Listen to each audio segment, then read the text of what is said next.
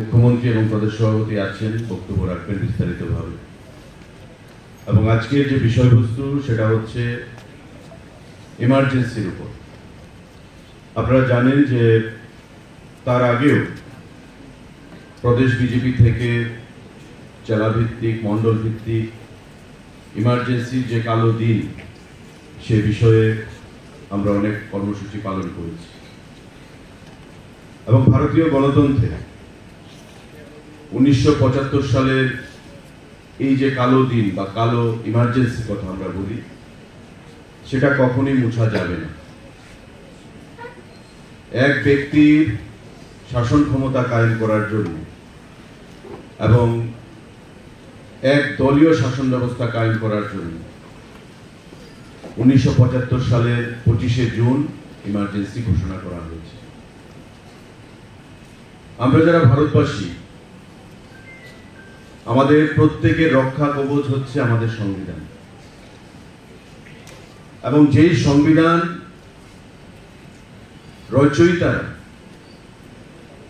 রচনা করেছিলেন ভারতবর্ষের প্রতিটি অংশের মানুষকে সেফগার্ড দেওয়ার জন্য, তাদের অধিকারকে প্রতিষ্ঠা করার জন্য। এবং ভীমরাও আম্বেদকরের নেতৃত্বে যখন সংবিধান রচিত হয়েছিল, আমরা সবাই জানি যে কনস্টিটিউয়েন্ট অ্যাসেম্বলি তৈরি হয়েছিল, তারপর কমিটি এই সংবিধানকে রচনা করেছিল। তার এইটা প্রিএম্বল, প্রতিটা সংবিধান একটা প্রিএম্বল, যেটা আমাদের ভারতবর্ষের সংবিধানের একটা প্রিএম্বল রয়েছে, যেটা সংবিধানের মূল সার কথা, মূল বিষয়বস্তু। সেটা কি? যে we the people of India. আপনারা দেখবেন যে প্রিএম্বল অফ কনস্টিটিউশনের শুরুতেই we the people of India having solemnly resolved to constitute India into a sovereign, secular, democratic, socialist republic and give all its citizens the right of equality, fraternity, speech, everything সেখানে লেখা রয়েছে। এই ইমার্জেন্সির সময়, এই যে 1975 সাল 25শে June, যে emergency ভারতবর্ষের কালো দিন যাকে আমরা বলে আখ্যায়িত করি, চাপিয়ে দেওয়া হয়েছিল প্রাক্তন প্রধানমন্ত্রী শ্রীমতী ইন্দিরা গান্ধীর দ্বারা, এবং এক ব্যক্তির শাসন ব্যবস্থা কায়েম করার জন্য, সেটা ভারতবর্ষের ইতিহাস থেকে কখনো মুছা যাবে না। এবং এই যে মক পার্লামেন্ট যেটা আয়োজন করা হয়েছে, তার আগে যুব মোর্চাও করেছে, আজকে মহিলা মোর্চা করছে, আমাদের দল থেকে করা হয়েছে, সেটা হচ্ছে আজকের যে যুব সমাজ বা আগামী দিনে যারা গণতন্ত্রের ধারক বাহক হিসেবে কাজ করবে, সংবিধানের প্রতিটি ধারা উপধারাকে রক্ষা করবে, তাদেরকে ওয়াকিবহাল করার জন্য, ইতিহাস সম্পর্কে তাদেরকে জ্ঞান অর্জন করতে সাহায্য করার জন্য।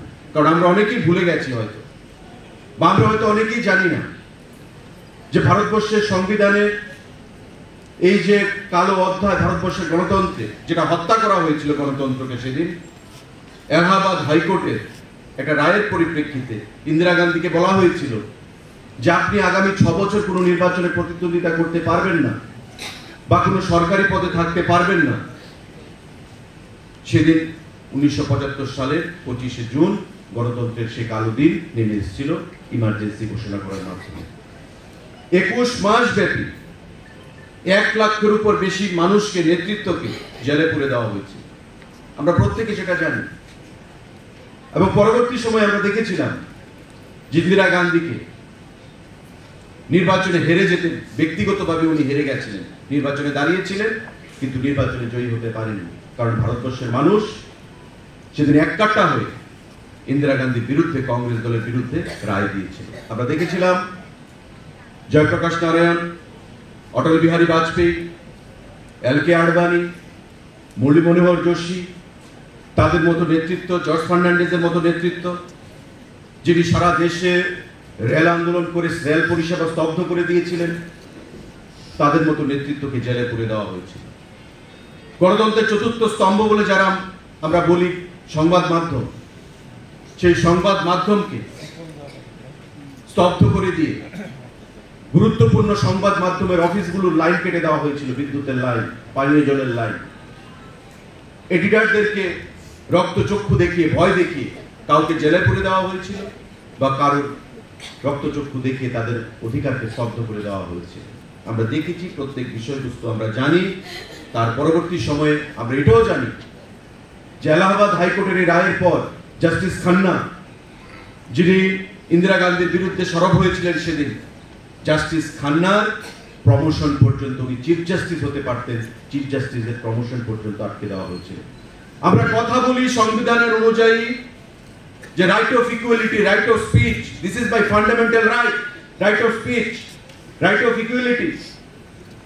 আর্টিকেল 19, আর্টিকেল 21 ভারতবর্ষের সংবিধানে সমস্ত কিছুকে স্থবির করে দেওয়া হয়েছিল, ভুলুণ্ঠিত করে দেওয়া হয়েছিল। লক্ষ্য কি? আমাকেই প্রধানমন্ত্রী থাকতে হবে, আমার বাইরে কেউ প্রধানমন্ত্রী হতে পারবে না, কোনো ব্যক্তি হতে পারবে না, আমার অন্য কোনো দলও হতে পারবে না, আমি শেষ কথা। এই যে আমিত্ব সেদিন শ্রীমতী গান্ধীকে গ্রাস করেছিল, এবং আমরা সে দেখেছিলাম যে পরবর্তী নির্বাচনে 1977 শ্রীমতী গান্ধীকেও পর্যন্ত হারতে হয়েছিল। অন্য প্রধানমন্ত্রী হয়েছিলেন, অন্য সরকার সেখানে গঠিত হয়েছিল।